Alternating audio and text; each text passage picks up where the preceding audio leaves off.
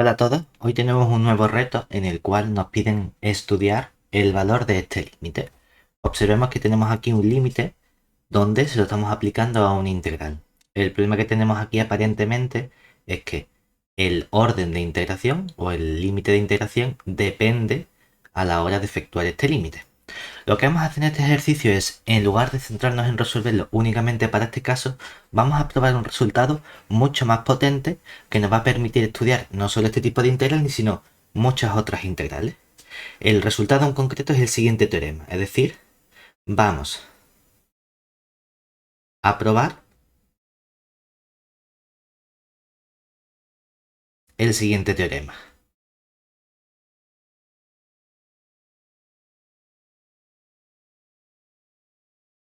Lo que nos dice este resultado es lo siguiente. Teorema. Consideremos. Vamos a ponerlo un poco más esquemático. Por un lado, una función f definida de 0 a más infinito nr, que sea una función continua. Vamos a añadirle otra función g que está definida sobre el compacto 0,1 nr, que también sea una función continua. Y por último, vamos a añadir la condición de que existe el límite de la función f de x cuando x tiende a más infinito, y que el límite de esta función toma un cierto valor L, ¿de acuerdo? En ese caso, vamos a ser capaces de probar lo siguiente, y es que cuando estudiamos el límite cuando n tiende a infinito de 1 partido por n por la integral entre 0 y n de la función f de x, y por otro lado la función g, pero no evaluada en x, sino en x partido por n, diferencial de x, que esta función, este límite, vale justamente el límite de la función L, y lo multiplicamos por la integral entre 0 y 1 de g de x diferencial de x. Uno puede pensar, bueno, ¿y qué relación tiene este límite con el límite que nosotros estamos trabajando? Porque aquí aparece un límite de 1 partido por n. Es cierto que tenemos nuestra integral entre 0 y n, pero aquí hay un integral o un límite de 1 partido n al cubo. La idea que tenemos aquí es que precisamente si jugamos un poco previamente con esta función, lo que teníamos aquí es el límite cuando n tiende a infinito, y si separamos este 1 partido n cubo en un 1 partido por n por un 1 partido n cuadrado, por la integral entre 0 y n de nuestro n al cuadrado más x al cuadrado, partido este 5 elevado a menos x más 7, lo que vamos a hacer ahora va a ser introducir este 1 partido n cuadrado dentro de la integral. De este modo nos quedaría el límite cuando n tiende a infinito de 1 partido por n por la integral entre 0 y n, y aquí tendríamos, al introducir el 1 partido n cuadrado con n cuadrado nos quedaría 1, y aquí nos quedaría un x cuadrado entre n cuadrado, que lo podemos expresar si queremos como x partido por n, todo ello al cuadrado. Y abajo tendríamos nuestro 5 elevado a menos x más 7 diferencial de x. Es decir, que de este modo vemos que ya tenemos separada la función en dos términos. Por un lado, un término que depende de x partido por n, que va a ser lo que va a jugar el papel de nuestra función g de x partido por n. Y tenemos otro término que va a ser precisamente la parte que no tiene término de x partido por n, que es lo que va a jugar el papel de nuestra función f de x. Entonces, vamos a ver cómo podemos probar este teorema para aplicarnos a nuestro ejercicio en concreto. Para ello, vamos a ir ya con la prueba del teorema. Es es decir, demostración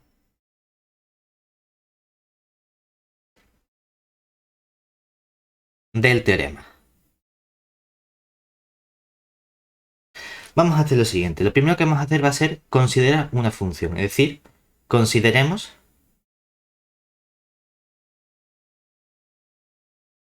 la función auxiliar h, que va a estar definida como h de x va a ser simplemente a la función f de x le restamos el valor de su límite, que sabemos que existe. Claro, entonces lo que nosotros sabemos es que el límite, cuando x tiende a más infinito, de nuestra función h de x es justamente el límite de la f que tiende a l menos l sería justamente 0. Claro, pero entonces,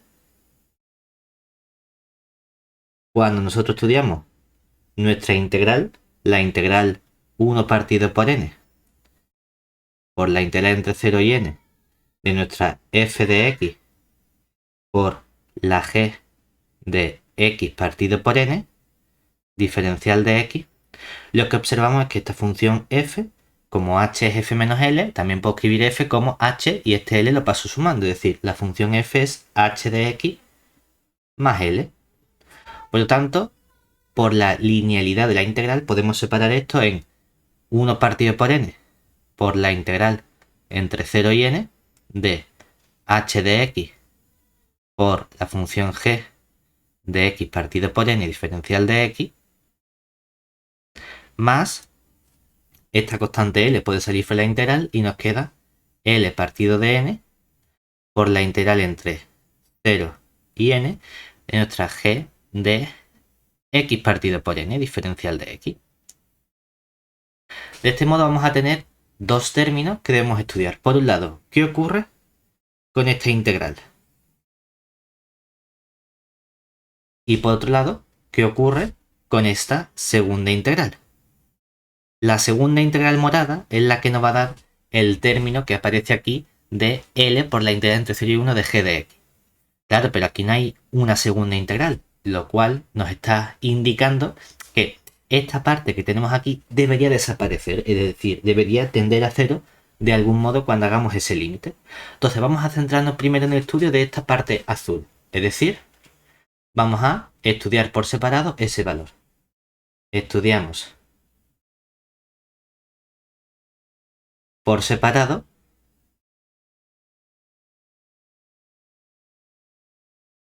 qué ocurre con la integral o con 1 partido por n por la integral entre 0 y n, nuestra función h de x por g de x partido por n diferencial de x. Lo primero que vamos a analizar es que nuestra función g era continua en un compacto, es decir, teníamos que g era continua en el compacto 0, 1. Y lo guay de las funciones continuas en compactos es que mejoran la continuidad.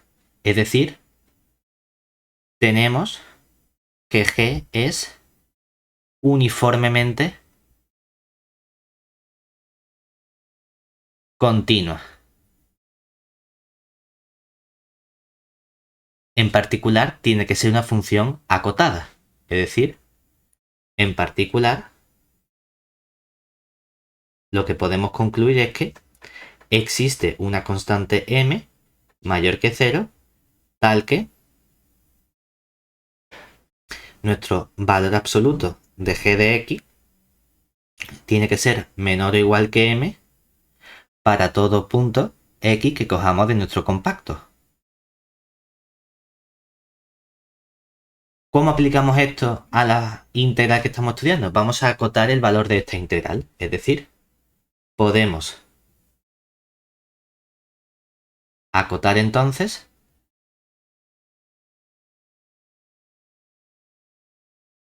y tendríamos que valor absoluto de 1 partido por n por la integral entre 0 y n de h de x por la g de x partido por n diferencial de x va a ser menor o igual, metemos el valor absoluto dentro de la integral, nos queda 1 partido por n por la integral entre 0 y n del valor absoluto de h de x por el valor absoluto de nuestra g de x partido por n diferencial de x, y toda esta expresión lo podemos acotar por una constante m. Podemos sacar la constante m fuera y nos quedaría entonces que todo esto es menor o igual que constante m partido por n por la integral entre 0 y n del valor absoluto de nuestra función h de x. Luego, cuando estudiamos nuestro límite, nos va a quedar que, por un lado, tengo el límite cuando n tiende a infinito de este valor absoluto de 1 partido por n por la integral entre 0 y n de h de x por la función g de x partido por n diferencial de x. Por un lado, por tratarse del límite de algo en valor absoluto, sabemos que esto va a ser siempre mayor o igual que 0. Por otro lado, acabamos de acotar esta integral y nos ha quedado que es menor o igual que el límite cuando la n tiende a infinito. Y aquí nos va a quedar una constante m y vamos a expresar esto del siguiente modo, como arriba la integral entre 0 y n del valor absoluto de h de x diferencial de x y todo eso dividido entre n. Si nos fijamos, aquí tenemos una expresión en la que arriba tendríamos algo que puede tener infinito, abajo tenemos algo que tiene infinito, tenemos una especie de indeterminación. Entonces, cuando tenemos este tipo de indeterminaciones, nos entran ganas de aplicar L'Hopital. Es cierto que no deberíamos aplicar L'Hopital con sucesiones, porque realmente una sucesión es algo discreto, no deberíamos poder derivarla. Si es cierto que podemos hacer una extensión, considerar esto como una función en todo R, cambiar la n por una t, por una y, por una x, y entonces tenemos una función, y si el comportamiento de la función es bueno, podemos reducirla al comportamiento en los naturales. En este caso, lo que solemos hacer simplemente es decir, bueno, aplicamos L'Hopital con todo ese proceso formal que hay detrás, y entonces nos quedaría un límite cuando la n tiende a infinito de nuestra constante m. Y aquí aplicamos el primer teorema fundamental del cálculo integral. Tenemos una función continua entre 0 y n, su derivada respecto de n precisamente va a ser simplemente la función de dentro evaluada en dicho n. Es decir, h de n partido de derivada de n sería 1. Si tenemos en cuenta precisamente que mi h de n podemos intercambiar las letras, esto es una variable muda y me da igual escribir límite cuando n tiende a infinito que límite cuando x tiende a infinito de h de x. Pero la h estaba definida precisamente como ¿quién? Justamente como la función f de x menos l, y hemos visto que el límite de la h de x cuando la x tiende a más infinito es 0. Por lo tanto, el límite en valor absoluto sigue siendo 0 y nos quedaría 0 por m partido de 1, que es justamente 0. Por lo tanto, cuando tomemos límite, la primera integral desaparece y no nos afecta. Vamos ahora a estudiar qué ocurre con la segunda integral. Es decir, por otro lado, nos falta estudiar el comportamiento de ¿quién? Del límite cuando n tiende a infinito de la constante L partido de n por la integral entre 0 y n de nuestra función g de x partido por n diferencial de x. Aquí lo único que vamos a tener que hacer es un cambio de variable, es decir, por ejemplo, podemos llamar t a x partido por n, teniendo en cuenta que hay que cambiar las diferenciales, nos quedaría que el diferencial de t va a ser el diferencial de x partido de n.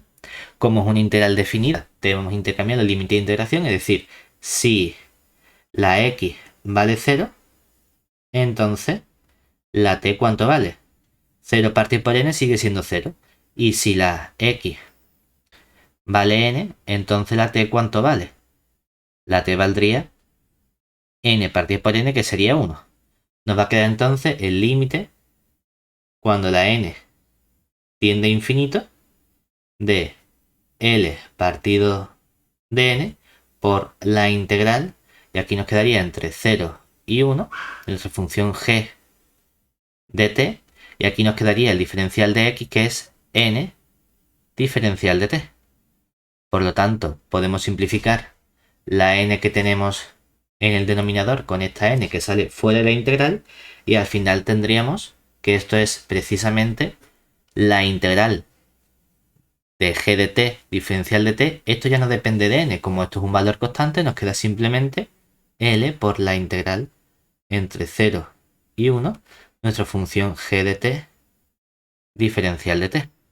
Si no nos gusta, ya podemos cambiar la t por una x y tenerlo expresado como la función g de x diferencial de x. Y con esto concluimos precisamente la demostración de nuestro teorema. Acabamos de probar entonces que esta integral tiende a 0 y esta integral tiende precisamente a la expresión que hemos encontrado, que sería L integral entre 0 y 1 de g de x diferencial de x. Una vez que tenemos ya esto probado, vamos a ver cómo lo aplicamos a nuestro teorema con la parte que hayamos visto aquí. Es decir, ya podemos usar el teorema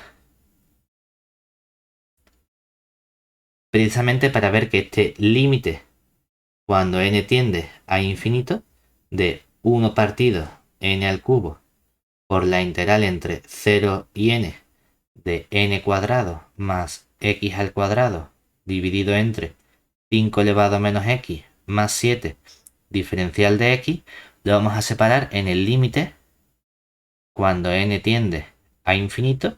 Vamos a meter el n cuadrado dentro y nos queda la expresión que habíamos puesto antes, que sería la integral entre 0 y n. Y arriba, ¿qué teníamos? Arriba teníamos la función 1 más x partido por n, todo ello al cuadrado. Abajo tenemos la función 5 elevado a menos x más 7, todo eso diferencial de x. Lo que estamos diciendo nosotros es que la expresión que tenemos arriba va a ser justamente nuestra función g, pero que depende de x partido por n. Es decir, que entonces la función g evaluada únicamente en t es la función 1 más t al cuadrado, que es lo que obtenemos cuando cambiamos la t por el x partido por n. Mientras que abajo vamos a tener precisamente la función f. Cuidado que no está abajo dividiendo, es decir, que lo que tenemos es que la f de x va a ser la función 1 entre 5 elevado a menos x más 7. Lo interesante es que sabemos que esta función, cuando la x tiende a más infinito, 5 elevado a menos x tiende a menos infinito, 5 elevado a menos infinito tiende a 0, 0 más 7 nos queda que esto tiende a un séptimo. Una vez que tenemos que este es el valor L de nuestro límite, si aplicamos el teorema, ¿qué obtenemos? Utilizando el teorema que acabamos de probar, hemos visto que esto se convierte justamente en ese valor L que tenemos aquí por la integral entre 0 y 1 de nuestra función g de t diferencial de t, que esta función es simplemente la función 1 más t cuadrado. Es una integral inmediata en la que simplemente vamos a tener nuestro límite, que es un séptimo, por una primitiva de 1 más t cuadrado, sería de 1 nos quedaría una t, de t cuadrado nos quedaría un t al cubo, he puesto el más como una mini t, un t al cubo partido de 3. Toda esta expresión la vamos a evaluar entre t igual a 0 y t igual a 1, de este modo que obtenemos un séptimo por, en t igual a 1 nos queda 1 más un tercio, restamos lo que vale en 0, sería 0 menos 0 al cubo, o sea que no restamos nada, 1 más 1/3 nos va a quedar simplemente 4 tercios. Y si multiplicamos esto por el 1/7 nos va a quedar 4 partido de 21. Y este es el valor de nuestro límite. Y con esto finalizamos el reto.